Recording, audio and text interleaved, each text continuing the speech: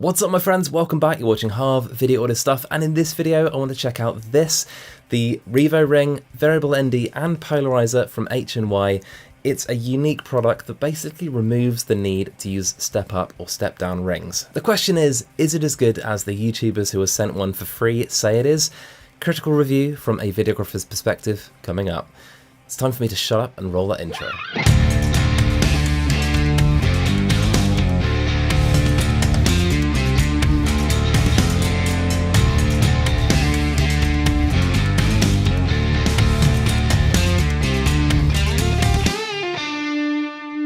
As ever, links to everything mentioned in this video I will link in the description box below, and be sure to show some love for the channel by hitting that notification bell next to your sub button. It just makes a world of difference. It makes me extremely happy and I appreciate it. Thank you. So the Revoring to me sounds like some sort of dodgy infection. I mean, hang on. Hi Doc? Yeah, I think I've got a pretty bad case of Revoring. Yeah? Spread olive oil and chili sauce on it. Okay, alright, thanks. Yeah, bye. So the Revoring started out as a very well-funded, crowd-funded product, and rightly so because the concept is brilliant. So when it first hit the shops, I ordered one, and in only 172 days, it arrived. I'm just poking a little fun at HNY, I'm sure they can take it.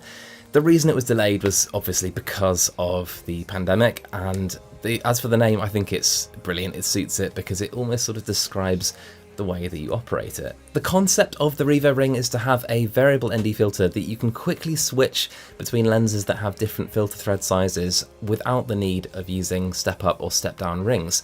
Let me show you how it works. To attach the Revoring to your lens, you just grab the rear side of the Revoring, give it a twist, and then place it over the front of your lens. Let go and then screw it on as if you would with a normal filter. Looking at the front, we have two other rings. The rear one is the polarizer and the front one is the ND. To remove it, just unscrew it as you would with any filter. The mechanism that lets you attach this to different filter thread size lenses is really cool. It has kind of aperture blades and it's spring loaded so it snaps back to that widest position. Next, let me go over the features. The Revoring has both a polarizing filter and a variable ND from ND3 to ND1000, which is 1.5 stops up to 10 stops. One really nice thing about the ND ring is that it has a very short throw, so you can get from minimum to maximum in only about 90 degrees.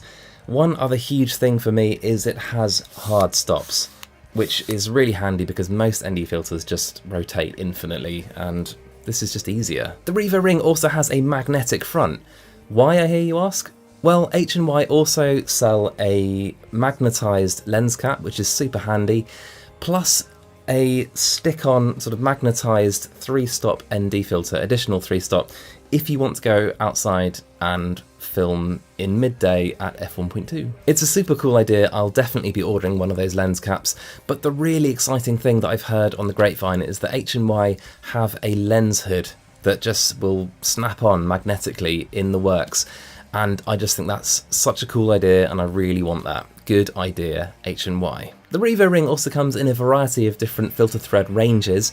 I went for 67 to 82, and you can also get them without the ND and polarizer elements if you just want to attach your own filters. It also comes with a pretty nice case which won't protect it from impact, but should protect the glass elements from being scratched. When I first took the Revoring out of its case, my first impression was that it feels chunky, solidly built but surprisingly light, and that's because the housing is made entirely from high-grade aluminium. One thing I noticed is that the polarizer ring is super smooth, but every other moving part on here sounds kind of scratchy. Let me show you. This is the ND, and then this is the polarizer, and this is the kind of aperture blade bits where you know, so you can attach it to your lens. Scratchy. Anyway, now let me show you what the footage looks like using this.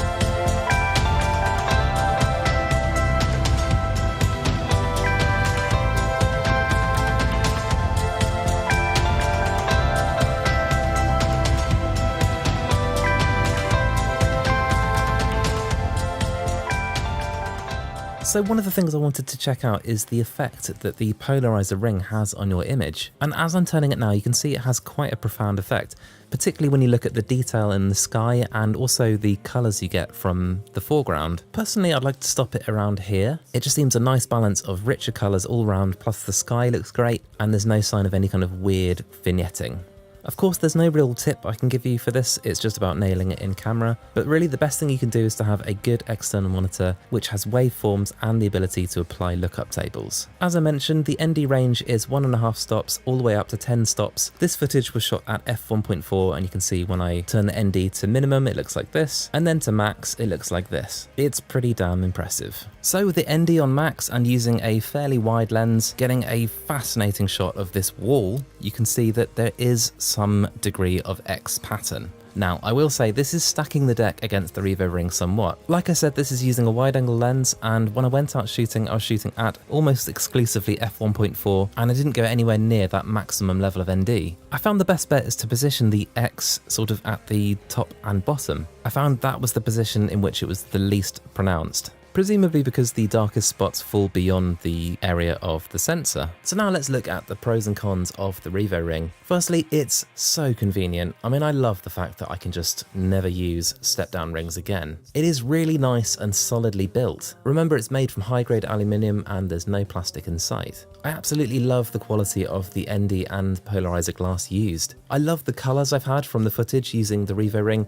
It just kind of gives me that confidence that I'm not going to have weird colour shifting. A really big deal for me is that the ND ring has hard stops. I just find it so convenient. I love it. And then there's that magnetised front. It's such a good idea, and the prospect of having a snap-on hood is so appealing to me. And then I would say this product is priced correctly. It's not stunning value or anything, but I don't feel ripped off. And onto the cons, and the obvious one for me is that all of the controls feel quite scratchy, and I don't know if I've got a bad copy, I don't think that's the case. So yeah, I've just got to lump it. Also, the ring you use to attach it to lenses is a little bit fiddly. It's a bit stiff, I found. I do wonder whether they could have got it smoother and less scratchy sounding.